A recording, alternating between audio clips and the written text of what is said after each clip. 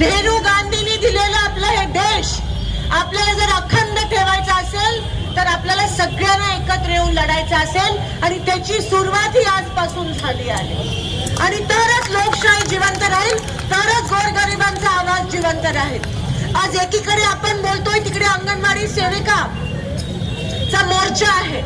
नागपूरचं अधिवेशन आताच गुंडाळलं, एवढे मोर्चे होते त्या ठिकाणी ह्या वेळेस मी तुम्हाला सांगू शकत नाही एवढे, कारण का सगळे जण त्रस्त आहेत। कोणाचं भलं होतंय? अदानी सोडून या देशात कोणाचं भलं होतंय मला सांगा।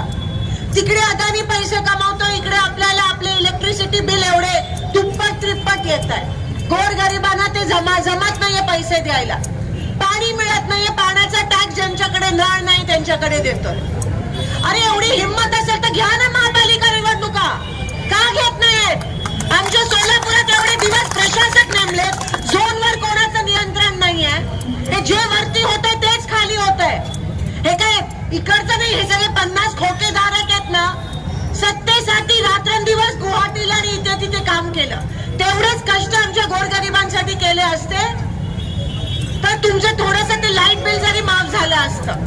पण ह्यांना फक्त खोके पाहिजे, त्यांना दुसरं काही नकोय। आणि असं जर हे काय लोकशाहीच्या पद्धतीने निवडून आलेलं सरकार नाहीये, ह्यांना तुम्ही मतदान केलं नाहीये, हे फक्त ईडीच्या भीतीने आणि 50 खोक्याच्या लालचनी निवडून पण नाही, एकत्र आलेले हे सगळे खोके बोके आहेत। आणि म्हणून अशा लोकांपासून आपण सावध राहायला पाहिजे। आज आपण या ठिकाणी निषेध करत आहोत कारण का 146 खासदारांचं निलंबन झालं आहे। याच पद्धतीत आपण एकजुटीने लढलं पाहिजे। मला माहिती आहे काही लोकांना वाटतं की आपण आवाज देऊन काय होणार आहे, हा माणूस त्याला जे करायचं ते करणार आहे, पण तसं नाहीये। कारण का सामान्य लोक बघतात, सामान्य लोकांना पाहिजे, सामान्य लोकांना दुसरा पक्ष पाहिजे, पण आपण त्यांच्या घरोघरी पोहोचणं खूप गरजेचं आहे।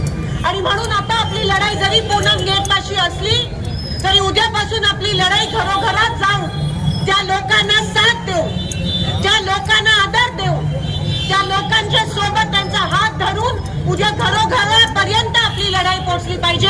एवढीच मी आमच्या आपल्या सगळ्या मित्रपक्षांना इंडिया आघाडीला विनंती करते, कारण का त्यांना गरज आहे, त्यांना सांगायला पाहिजे की तुमच्या सोबत या देशाचा पंतप्रधान नाहीये, पण आम्ही तुमच्या सोबत आहोत। राजकारणाच्या पलीकडे जाऊन आपण गोरगरिबांच्या सोबत आहोत, यासाठी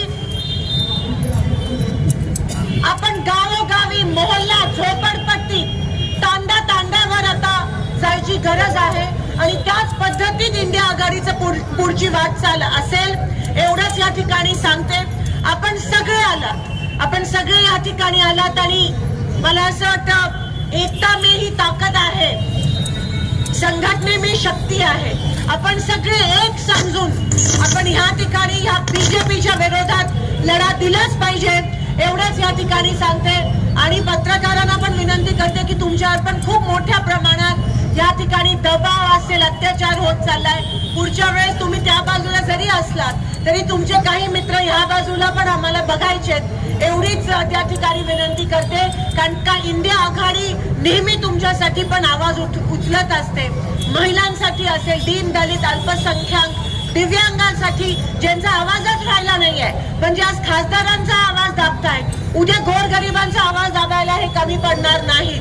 आणि म्हणून ही धोक्याची घंटा आहे आणि आपण आता जर सावध नाही राहिलो तर हे देश SB न्यूज चॅनलला लाईक करा, शेअर करा, सबस्क्राईब करा।